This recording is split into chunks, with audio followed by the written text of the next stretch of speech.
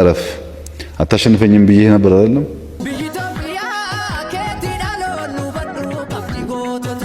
ማረፋችሁን ዘግተህ ተቀመጡ ለማለት ነው። ኢትዮጵያዊ በሆነ እንዴት ያኮራል!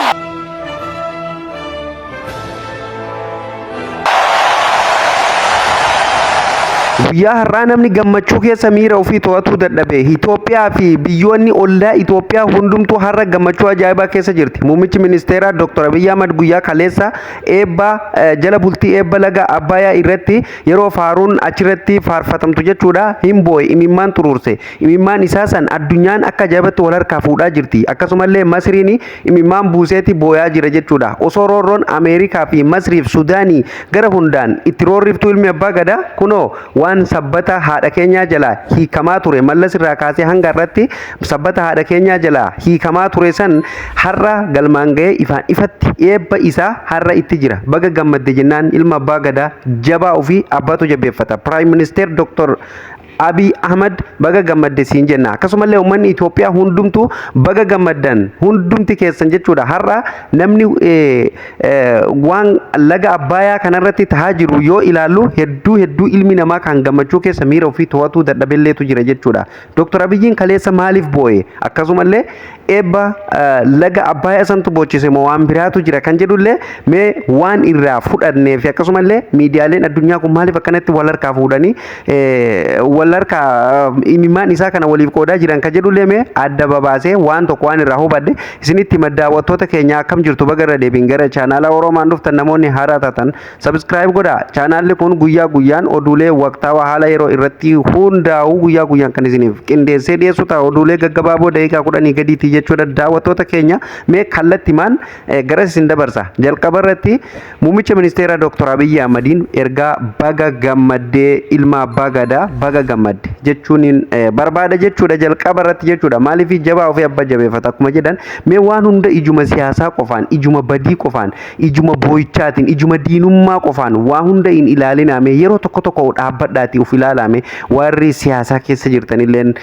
maal waan jedheefin qaba jechuudha. Har'a Dr. Abiy Ahmad dhugaa rabbii osoo hin dinqisiifanne osoo hin galatooffanne bira hin taru jechuudha. Namni dhiira jechuuni ka oduu namaatiif olola gamaan gamanaa lafaa fi qilleensarralleen kallattiif al kallattiilleen itti dhufu hundumaayyuu jechuudha keessummeessee waan san immoo of duuba deebi'ee laaluu dhabe kaayyoo ofiitii fi uf dura ofii qofa uf gamaa gamana ofiitii fi waan isa baasu fi isa hin baafne adda filatee waan isa baasu qofa qabatee ka warra ololaa ololumaaf dhiisee deemuutu dhiire malee warra afaaniin haasa'uu fi olola dibbee dhalaa tumu ilaaluuni dhiirummallee naman gootuu beekumsa sallee miti osoo barnootaan barannee mana barnootaa fuuldura hin baane qabxii tokko hin qabu barataa kutaa 8ti barataa kutaa 10ti bar intaraansii kutaa 12tu hin fudhanne osoma jedhanuyyuu namichi kun waggaa meeqa isin bulche waggaa 7ffaaf deemaami waggaa dogoggoruu baadde waggaa 7ffaaf deemaa bara biyyiinoo eegaangoo qabate har'a kun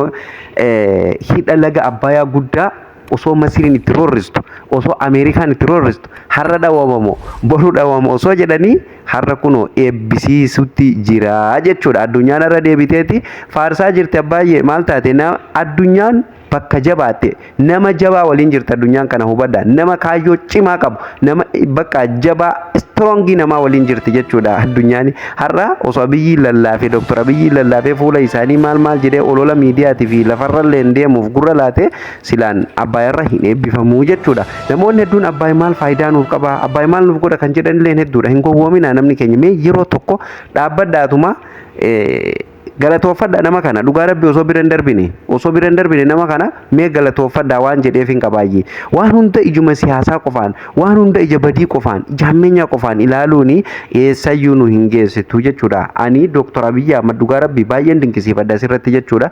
Dhugumatti namichi dhugumatti jabaadha abbichuu abbaa malaa hin machi abbaa dhugaa rabbi siif haa tolu ammallee Itoophiyaa idmeen laanteeyyuun dhugaa rabbi maaliif yoo jettanii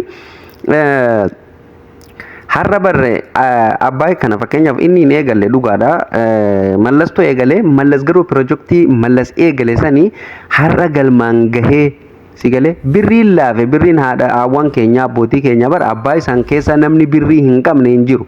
Qabeenya harki guddaan parsantaan guddaan qabeenya Oromiyaa irraa baheetu Abbaay kana dibee asiin gahe jechuudha. Har'a silaa waan yaadigi haadholii keenya irraa walitti qabee laga Abbayyaatti dabarse san nafsee namoota meeqaa laga Abbayyaa irratti dhume sanii har'a Dooktor Abiyyiin osoo galmaan ga'uu baate qabeenyi sun hundinuu kasaaratti hafa waan tokkollee faayidaa biyya kanallee hin buusu jechuudha. Kanaafuu har'a osoo Masriitu harkaa dhaya, Sudaanii harkaa dhaya, Ameerikaa harkaa dhaya, Eritiriyaa harkaa dhaya osoma jedhanuyyuu har'a kunoo sadarkaa kanarra ga'ee addunyaan kalee isa tuufataa turte, addunyaan kalee abbaa inni dhoonna jettee Masrii waliin hindaa turte hundi deema miidiyaa afaan Ingiliishiitiin darbu kan biyya kunoo Awurooppaallee dhaqaatii dhaggeeffadhaa. Dhugaa rabbi mee miidiyummaa waan kana wal harkaa fuudhee gabaasaa hin jiru. Aljaziiraa afaan Arabaa jala seenaa dhaggeeffadhaa jechuudha. Har'a wanni miidiyaa kana nutti dhiphise.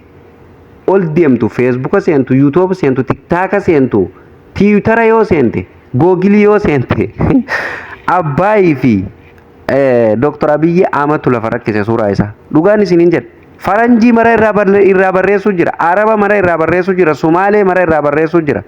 Kaboo ulleen hedduu beeka ollaa makeenya warri fakkeenyaaf laga Abbaayyaa irraa faayidaa argatu har'a imimmaan buusee imimmaan disee dhiiga ba'uutti jira jechuudha. Warreen akka Masrii, warreen akka Sudaanii, warreen akka Eritiriyaa dhiiga bo'aa jiran dhukkuba itti ta'e, dhukkuba sammuu itti ta'e Ameerikaa dabalatee jechuudha.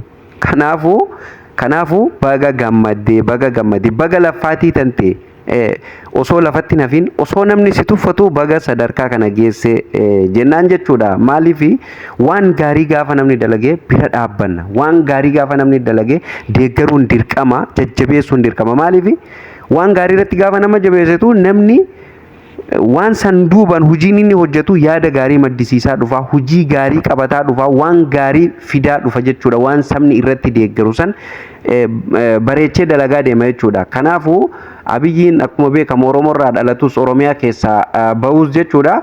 Ilma sabaaf sablammii Itoophiyaa keessa jiruuti jechuudha. Kana jaalannee jibbinus jechuudha.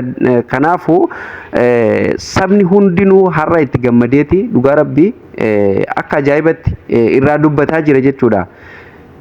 Wanti imimmaan isa boochisee qabxii san irratti yoon isiniif deebi'u dhugatti imimmaanii miti barkaan dhiiga boochu. Maaliif gaafa waan tokko karoorfatte gaafa kaayyoon tantee sun karoorri kan kee raawwii fi karoora waan jedhamuutu jira jechuudha. Raawwii karoora jechuun fakkeenyaaf namoonni beektanii raawwii hojii tokko fakkeenyaaf karoora tokko karoorfattee gaafa fixxu raawwii jedhama jechuudha. Dhuma irratti wanni sun raawwii jedhamaa mire har'a karoora laga Abbayyaa kanarratti qabatee gaafa raawwii isarratti bakka inni yaade ol isaaf ga'ee akka bakka yaade san ga'ee bira darbetti argitu jechuudha. Imimmaanii miti dhiiga boocha jechuun badii san dura dabarsite hundumaa gara gaariitti osoo siif jijjiiramtee boocha. Tokko waa lamatu si boochisa. Tokko gammachuu akka malee osoon kana caalaa dalage waan jedhamutu si boochisa. Lammaffaa immoo badii duraan dalage osoo gaariin naa jijjiiramte irra deebi'ee badiin sun na jalaa haqamtee gaariin tun qofti naaf barreeffamte.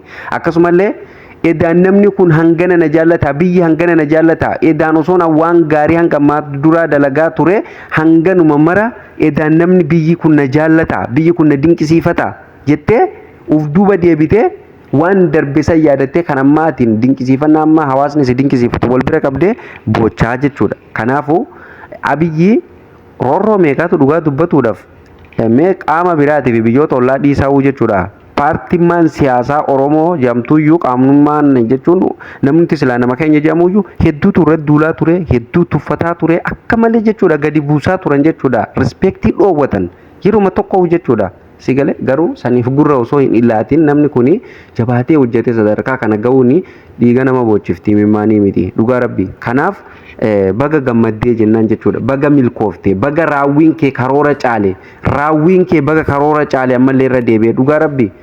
Amma boodallee waan gaarii akka daladdu immoo abdii qabna. Diina Abbayyaa Masaanoo Abbayyaa warri taatan baga isiniif hin milkaa'inii, warri immoo biyya teenya jettanii mootummaa waliin dhaabbattan yaadaanis qabeenyaanis waan dandamu hundaanuu dhaabbattanii har'a sadarkaa kana geessan qaamaan achi dhattanii eebbiftanii leen hundi keessanuu galatoomaa baga gammaddan hundi keessan baga gammaddan jechuu barbaadaan baay'ee gammade dhugaa rabbi akka malee gammade silaa guyyaa har'aa kana biyya jiraadhe jedhee yaade Egaa daawwattoota keenya kabajamoo kanarraa asumarratti goolabama jechuudha. Oduulee gaggabaaboo keenya guyyaa guyyaan fuula chaanaala keenyarraa ni argattu. Kanaafuu subscribe godhaatiin nu hordofaa isiniin jenna. Viidiyoo laayikii godhaa yaada keessan koomentii jalatti barreessaa. Sagantaan keenya goolabame sagantaa itti aanu namni walitti deebinutti nagaa ta'a.